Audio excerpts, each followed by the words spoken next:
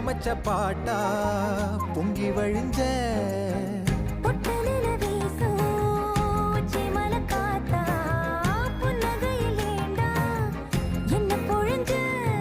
சாராயம் இல்லாம சாஞ்சேண்டி கண்ணால கூழாங்கல் சேராதோ செங்கல்ல அடக்காத்து உன நானும் சுகமா வச்சுக்கிறேன்